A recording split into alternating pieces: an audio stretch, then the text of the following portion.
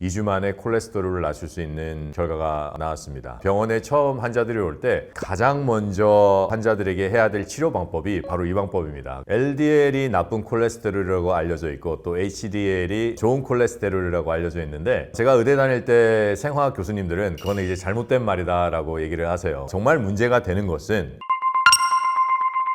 안녕하세요. 천년건강교육원 센터장 김병재 박사입니다. 반갑습니다. 네, 그 영상 봤습니다. 그리고 가능한 일이에요. 2주 만에 콜레스테롤을 낮췄다는 걸 우리가 살펴보면은 이 영상 중에서 가장 중요한 포인트는 독소의 공급을 막았다는 겁니다. 물론 운동도 중요한 역할을 했지만은 그것보다 더 중요한 역할은 내 몸에 들어오는 독소의 공급을 술이라든지 정제된 당이 많은 가공된 식품이라든지 아니면 우리 몸에 들어와서 염증과 활성산소를 만들 수 있는 고기 같은 식단을 아주 효과적으로 줄여 나간 게 콜레스테롤을 낮추는데 효과를 준 거고요. 그리고 거기에 이제 운동이 들어가면서 혈액순환이 원활해지고, 운동을 통해서 원활해진 혈액순환이 될 때는 산화질소라는 물질이 나오는데, 이 산화질소라는 물질이 혈액 안에 있는 독소를 아주 효과적으로 제거하기 때문에 2주 만에 콜레스테롤을 낮출 수 있는 결과가 나왔습니다. 누구나 따라해도 괜찮습니다. 누구나 따라해도 괜찮고, 오히려 이게 저희가 병원에 처음 환자들이 올 때 가장 먼저 환자들에게 해야 될 치료 방법이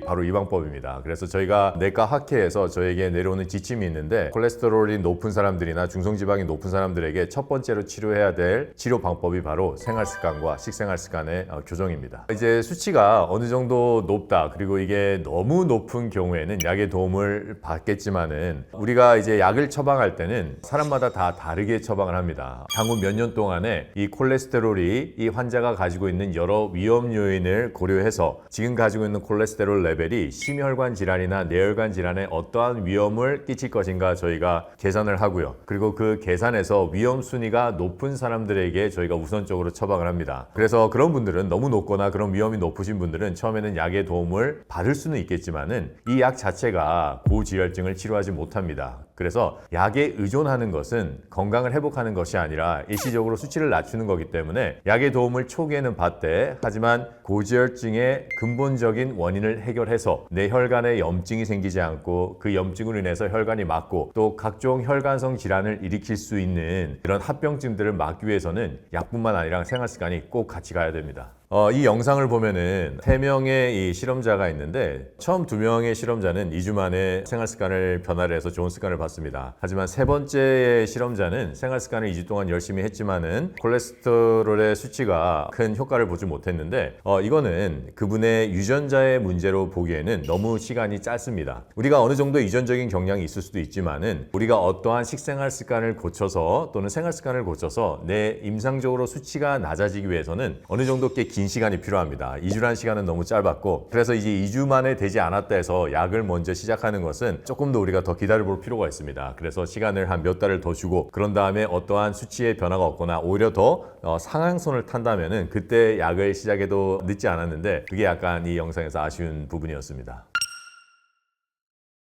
콜레스테롤 수치가 우리 몸에서 올라가는 것은 여러 해 동안 우리의 대사에 저하가 있고, 또 간에서의 해독작용의 무리, 또 간의 기능이, 원래 간이 우리 몸에서 우리 몸 안에 혈중 안에 떠다니는 지방을 대사하는 역할을 하는데, 이 역할이 점점 약해지면서 생기는 게 고지혈증이라는 질병입니다. 그렇기 때문에 이 고지혈증이라는 질병은 하루아침에 생기는 질병은 아니에요. 오랫동안의 시간에 걸쳐서 걸리는 질병인데, 그런데 바로 내가 이 질병에 걸리기 바로 문턱이라든지 아니면 벌써 질병에 걸려 있다라는 것은 내 대사력이 많이 떨어졌다는 겁니다. 그래서 내 몸에 들어와서 이 지방들을 대사를 할 때 이 지방을 얼마나 흡수를 하느냐, 또 내 혈중의 지방이 얼마나 산화되느냐, 이 모든 것들이 콜레스테롤 수치에 영향을 끼치는데, 그런데 만약에 내가 간 기능이 많이 나빠진 사람이 그 전날에 술을 많이 먹거나 내 몸에 독소를 많이 공급하거나 아니 심각한 스트레스를 받으면은 하루아침에도 콜레스테롤 수치가 뛸 수는 있습니다. 내 몸의 대사작용이 많이 낮아졌을 때 그 전날에 스트레스를 많이 받거나 그 주에 뭐 나쁜 음식을 많이 먹었다 그러면은 충분히 콜레스테롤 수치가 뛸 수 있습니다. 이 콜레스테롤 수치에 수면과 스트레스는 영향을 줄 수밖에 없습니다. 이 콜레스테롤이 올라가는 기전을 우리가 살펴보면은 혈중에 있는 지방은 원래 우리 몸에는 지방이 많이 필요해요. 근데 그 지방 중에서 그 지방이 혈중에 떠다니는 독소로 인해서 산화가 됐을 때 그 산화된 지방이 각종 혈관성 질환을 일으키는 고지혈증인데, 그렇다면은 스트레스도 내 혈중에 활성산소라는 독소를 공급하고 수면을 자꾸 잘 하지 못함으로 인해서 염증을 제대로 처리하지 못하면은 그 자체 또한 혈중 독소인 활성산소를 올리기 때문에 콜레스테롤이 올라가는데 영향을 끼칩니다.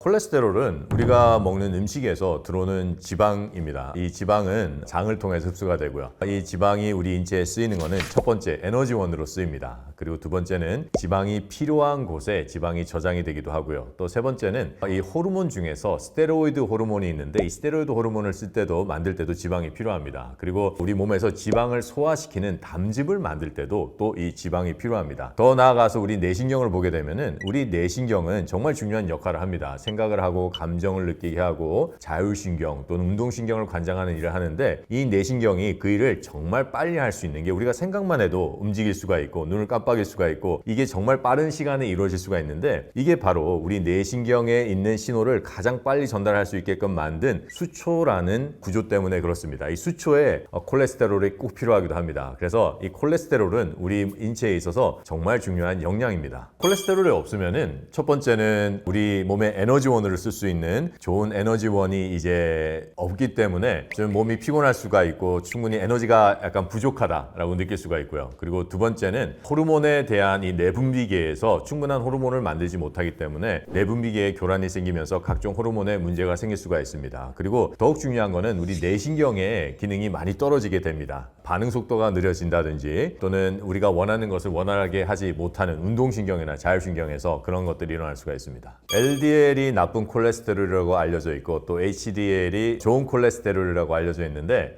제가 의대 다닐 때 생화학 교수님들은 그거는 이제 잘못된 말이다 라고 얘기를 하세요. 그래서 뭐 좋은 콜레스테롤, 나쁜 콜레스테롤은 없다. 정말 문제가 되는 것은 이 콜레스테롤이라는 것은 우리 인체에 필요한 영양이고 그 대사를 간에서 하는데, 우리 혈중에 활성산소라는 독소가 많아서 그 활성산소가 몸에 떠다니는 콜레스테롤을 산화시킬 때 이게 문제가 되는 콜레스테롤이 됩니다. 그래서 산화된 콜레스테롤, 즉 독소와 지방이 합쳐져 있을 때 그 합쳐지면서 만들어내는 나쁜 지방의 역할을 하는 게 이제 우리 혈관에 피해를 입히고 또 혈관에 쌓이게 되고 각종 혈관성 질환의 게이트웨이가 되는 거죠. 네, LDL이 무조건 나쁜 것도 아니고 또 LDL이 낮을수록 무조건 좋은 것도 아니에요. 이제 우리가 심장내과 선생님들은 LDL을 낮춰야 된다. 그래서 열심히 이제 LDL을 낮추고 있으면은 우리 신경내과 선생님들은 LDL이 너무 낮으면 안 된다. 왜냐면 내신경이 구조에 아주 중요한 역할을 하기 때문에. 그래서 이제 환자들이 이제 중간에서 헷갈리는 경우도 있죠. 하지만 LDL이라고 무조건 나쁜 건 아닙니다. HDL이 높을수록 좋다라는 것도 저희가 연구 결과를 살펴보면은 꼭 그렇지만은 않습니다. 하지만 요즘에 나오는 연구들을 보면은 HDL이라는 이 지방은 항산화 역할을 할 수가 있다라고 얘기를 하는데, 이 HDL이라는 이 지방이 항산화 역할을 하기 위해서는 꼭 필요한 효소들이 있는데 그 효소가 비타민과 미네랄입니다. 그래서 HDL이 어느 정도 약간 높고 그리고 우리 몸에 비타민과 미네랄이 많다면은 우리 인체에서 고지혈증의 원인이 되는 산화된 LDL을 다시 항산화시킬 수 있는 역할을 하는 거죠. 그래서 HDL이 있다고 꼭 좋은 거는 아니고 HDL이 있을 때 그 역할을 HDL이 항산화 역할을 해줄 수 있는 비타민과 미네랄이 같이 존재해야 됩니다. 우리가 병원에 가가지고 검사를 했는데 지방이 비슷한 수치인데 어떤 분들은 약을 먹고 어떤 분들은 약을 먹지 않아도 되는 것은 저희가 이제 그분의 수치와 또 그분이 가지고 있는 여러 가지 심혈관, 내혈관 질환의 위험 요소를 분석을 하기 시작을 합니다. 그래서 저희가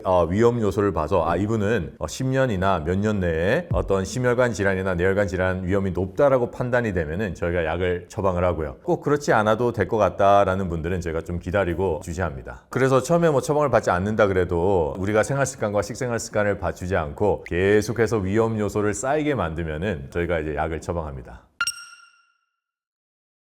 우리가 이제 피 검사를 딱 보면은 여러 가지 이게 많잖아요. 그리고 이게 헷갈리게 돼 있어요. 그 중에서 특히 이제 지질 검사를 해도 요즘에는 여러 가지 지질 검사를 많이 하는데 솔직히 LDL이나 총 콜레스테롤은 그렇게 큰 의미는 없습니다. 그래서 가장 중요한 두 가지는 중성지방 수치와 그리고 HDL의 수치입니다. 그래서 이 두 가지 수치를 저희가 비율을 매겨요. 그래서 이 비율이 딱 적정선이면은 저희가 이 환자는 안전하다 또는 괜찮다라고 얘기를 해서 뭐 다른 조치는 하지 않지만 가장 중요한 거는 그 비율이 적정선에 있어야 된다는 거죠. HDL과 중성지방의 비율이 1에서 1 안팎이어야 됩니다. 1보다 살짝 높으면은 저희가 좋다라고 괜찮다, 좋은 지방을 가지고 있다라고 얘기를 합니다. 고기 완전 끊기는 우리가 한번 환자들을 보면은 고기를 하나도 먹지 않는데 채식주의자들인데 고지혈증에 걸려서 오는 분들이 있어요. 그래서 이거는 고기만의 문제는 아닙니다. 그렇기 때문에 고기를 완전히 끊기 도움됩니다. 이 고기를 먹는다는 자체가 우리가 어떻게 생각을 하냐면은 고기 지방이 많기 때문에 그 지방을 먹어서 내가 지방이 올라간다라는 착각을 하기가 쉬운데 그게 아니에요. 지방을 많이 먹어서가 아니라 그 지방의 대사에 문제가 있다는 겁니다. 그 지방을 독소화시킬 수 있는 혈중에 활성산소가 많고 간의 대사가 떨어졌기 때문에 올라가는 건데 그래서 여기에서는 고기 완전 끊기 도움됩니다. 하지만 고기를 먹는 게 주 요인은 아닙니다. 세모가 되겠네요. 고기는 될 수 있으면 안 먹는 게 좋아요. 하지만 내가 고기를 좀 먹어야겠다는 분들은 고기 중에서도 붉은 육류를 피하고 약간 닭가슴살이나 뭐 닭고기 종류 이런 걸 먹고 또 이거를 튀기거나 굽게 되면은 특별히 튀기면은 강력한 독소인 활성산소가 나옵니다. 그리고 굽게 돼도 여러 가지 발암 물질이 나오고 그렇기 때문에 삶아서 먹는 것이 가장 우리 몸에 덜 해롭겠죠. 그래서 삼계탕이나 닭백숙이나 이런 것들이 그나마 내가 고기를 꼭 먹어야겠다는 분들에게는 그나마 괜찮은 고기입니다. 돼지고기는 드시면 안 됩니다. 돼지고기는 고기 중에서 이제 가장 나쁜 고기이고 소고기도 우리가 여러 가지 먹는 방법이 있겠죠. 많이 구워 먹기도 하지만은 그 중에서 가장 덜 해로운 방법은 삶아서 먹는 게 가장 덜 해로운 방법입니다. 그건 아닙니다. 오히려 계란 노른자에 이 계란 안에 있는 콜레스테롤의 대사를 도와줄 수 있는 물질이 있기 때문에 계란 노른자 끊기 이것도 세모로 볼 수 있겠네요. 세모. 왜냐하면 이제 계란 자체가 염증성 식품이기 때문에 독소를 유발할 수 있는 조건을 어느 정도 줍니다. 그렇기 때문에 세모입니다. 하루 만보 무조건 걷기는 이 지방 대사에 도움이 되고 또 간의 대사에 도움이 되기 때문에 동그라미입니다. 하루 만보 걷기가 그렇게 많은 건 아닙니다. 그리고 이제 나오는 여러 데이터를 보면은 이 하루 만보 걷기가 상당히 과학적인 데이터로 백업이 되고 있어요. 그렇기 때문에 많이 걷는 것도 아니고 딱 좋은 걷기의 양입니다. 베리류 매일 먹기 좋습니다. 베리류에는 강력한 항산화 요소가 있기 때문에 산화되는 지방들을 다시 항산화 시킬 수 있는 좋은 식품입니다. 베리류는 정말 다 좋습니다. 딸기도 좋고 산딸기도 좋고 또 우리 블루베리도 좋고 그래서 각각 가지고 있는 항산화 요소는 다르지만은 모든 베리류가 다 좋습니다. O입니다. 베리류는 O. X입니다. 오메가3 고용량을 아무리 복용한다 한들 지방이 낮아지지 않고 오히려 요즘 나오는 논문들을 보면은 심방세동이나 전립선 암의 위험을 심각하게 증가시킵니다. 오메가3는 먹으면 안 됩니다. 오메가3는 우리 몸에 이익을 끼치는 것보다 오히려 해를 끼친다는 의학적인 근거가 아주 강하기 때문에 오메가3를 먹지 않는 게 좋습니다. 그래서 저희 전문가들은 이 오메가3의 복용을 권장하지 않고 오히려 먹지 말라라고 얘기를 합니다. 이 오메가3를 얘기할 때 우리가 꼭 얘기해야 되는 게 두 가지가 있습니다. 스트렝스 실험이라는 것과 리듀스 실험이라는 실험인데 하나의 실험은 하버드 의과대학에서 한 실험이고요. 하나는 이제 클리블랜드 클리닉이라고 세계에서 가장 좋은 병원 중에 하나입니다. 이 두 병원에서 실험을 했는데 고용량이에요. 오메가3 고용량인데 하버드 의과대학에서는 효과가 있다라고 발표를 했고 클리블랜드 클리닉에서는 심각한 부작용 때문에 연구를 조기 종료합니다. 그런데 이 두 병원의 레퓨테이션이 비슷해요. 아주 상당히 인증을 받는 기관들이고 하지만 상반된 결과가 나왔습니다. 그래서 저희 전문가들이 이 실험이 어떠한 방법으로 이루어졌는지 방법에 대해서 상당히 많은 연구를 했고 저희가 연구한 결과 하버드에서 쓴 이 방법에 많은 오류가 있다는 것을 발견했고 클리블랜드 클리닉에서 한 연구에 더 비중을 실어주기 시작을 했습니다. 그래서 아직까지 많은 전문가들이 오메가3를 먹지 않기를 권장합니다. 이거 X입니다. 왜 그러냐면은 탄수화물은 우리 인체에 꼭 필요한 에너지를 공급하는 가장 중요한 에너지 공급원입니다. 물론 어떠한 탄수화물을 먹는지가 더 중요하겠죠. 우리가 탄수화물이라고 생각을 하면은 여러 가지 흰 쌀밥, 국수 또는 뭐 정제된 과당 이런 걸 생각하는데 그런 것들은 우리가 당연히 끊어야 되는 거지만은 통곡식, 현미밥이나 잡곡밥 또는 과일에 있는 당, 탄수화물은 우리 인체에서 우리의 세포가 가장 부담 없이 그리고 가장 효율적으로 쓸 수 있는 에너지원입니다. 그래서 나쁜 탄수화물은 끊고 그 대신 우리 인체에 정말 도움이 되는 탄수화물은 충분히 먹어주는 게 좋습니다.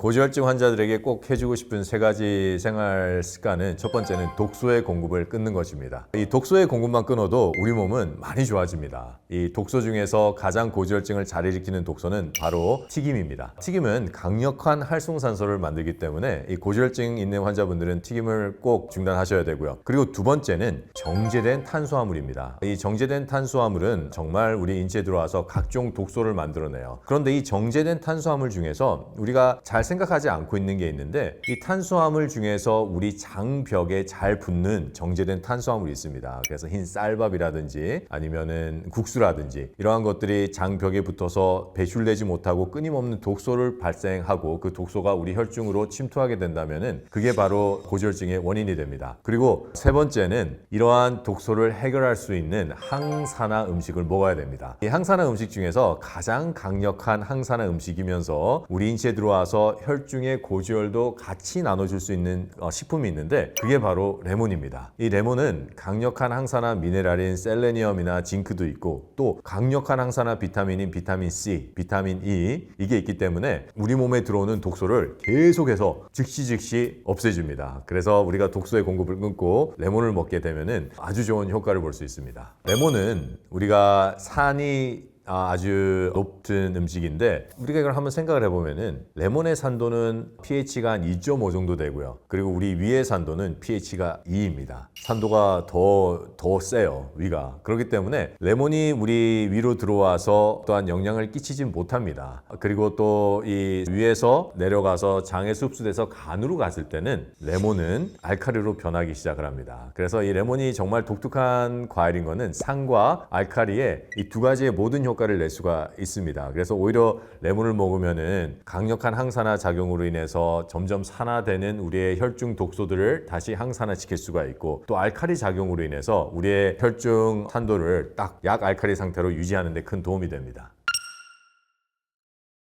콜레스테롤을 관리해서 가장 중요한 것은 식단입니다. 왜냐하면 우리가 먹는 것이 우리 인체의 직접적인 모든 대사에 관여하기 때문에 그렇습니다. 그래서 우리가 식생활과 운동이 어느 정도 중요한 비율을 차지하냐라고 우리가 굳이 얘기해야 된다면은 식단이 7 그리고 운동이 3 정도입니다. 우리가 운동을 하지 않고는 건강해질 수는 없습니다. 물론 식생활이 가장 중요합니다. 왜냐하면 직접적으로 우리 인체의 생리학적으로나 생물학적으로나 직접적인 모든 것을 관여하기 때문에 그런데 하지만 운동 또한 우리 인체에서 혈액순환을 좋게 만들어주고 또 운동을 할 때는 이 산화질소나 여러 가지 호르몬들, 내분비계, 외분비계에 큰 이 영향을 끼치기 때문에 이 두 개는 꼭 같이 가야 됩니다. 그래서 어느 하나가 더 중요하다 얘기를 하면은 물론 식생활이겠죠. 우리 가장 근본적이고 본질적인 것을 관여하기 때문에 하지만 운동이 없이는 이 좋은 식생활을 한다 그래도 그렇게 큰 효과를 볼 수는 없습니다. 콜레스테롤을 줄이는데 가장 좋은 운동은 달리기입니다. 이 달리기는 우리 혈중에서의 피의 흐름을 원활하게 해주고 피의 양을 늘립니다. 이때 이 양이 늘어서 이제 우리 혈관을 타고 쫙 흘러가는 피 안에는 산화질소라는 것들이 있고요. 그리고 이 산화질소와 여러 가지 호르몬이 있으면서 파괴된 혈관을 복구하기 시작하고 또 이 흐름이 많아지면서 혈관에 꼈던 지방을 청소해 나가기 시작을 합니다. 그렇기 때문에 심박수가 올라가고 좀 활발하게 혈액의 양이 증가할 수 있는 달리기가 가장 좋은 운동이고요. 그리고 두 번째 운동은 근력 운동입니다. 특히 우리 허벅지와 엉덩이 쪽에 근력을 늘리는 건데 이 근력 운동을 하는 이유는 기초 대사량을 늘리기 위해서입니다. 콜레스테롤의 가장 큰 원인 중에 하나가 대사의 저하입니다. 하지만 우리가 근육을 만들고 이 근육에서 기초 대사량이 높아진다면은 대사의 물질과 여러 가지 호르몬 작용 등으로 인해서 간의 대사나 혈액 안에서 일어나는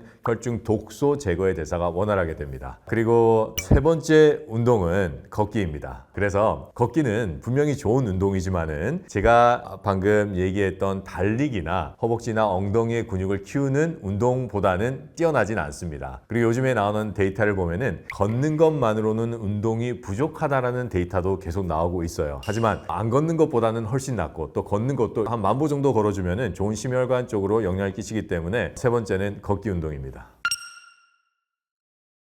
콜레스테롤을 낮추는데 가장 도움이 되는 음식은 바로 레몬입니다. 레몬은 유기산이 있기 때문에 혈관을 청소하고 또 그 안에는 강력한 항산화제들이 들어있기 때문에 이 콜레스테롤이 높아지는 가장 큰 원인은 이 혈중 안에 있는 독소와 지방이 만나기 때문에 그런데 레몬이 들어가서 혈중에 있는 독소를 제거해줘 버리면은 그 만나는 일이 없기 때문에 고지혈증이 생기지 않을 뿐만 아니라 벌써 그 독소와 지방이 만나서 산화된 지방이 다시 항산화될 수 있는 조건을 만들어줍니다. 그래서 레몬이 정말 좋고요. 그리고 또 당근도 정말 좋습니다. 당근도 동일한 이유 때문에 좋고요. 요즘에 많은 사람들이 관심을 가지는 기리 좋습니다. 왜 기리에는 항산화 물질이 많이 들어가 있고 강력한 항산화 비타민 E도 들어가 있기 때문에 좋은데 이 기리를 먹는 방법이 상당히 중요합니다. 항산화제나 비타민은 열에 약합니다. 우리가 꼭 콜레스테롤을 해결하기 위해서 필요한 영양들이 우리가 가열을 하게 되면은 비타민 E는 파괴되게 되고 또 항산화 효소들은 점점 기능을 잃게 됩니다. 그렇기 때문에 기리를 먹긴 먹어야 되는데 그게 파괴되지 않는 형태로 먹는 방법을 취하셔야 되고요. 올리브유는 이게 어느 정도의 도움이 됩니다. 거기에는 많은 항산화 물질이 들어가 있기 때문에 산화된 지방을 다시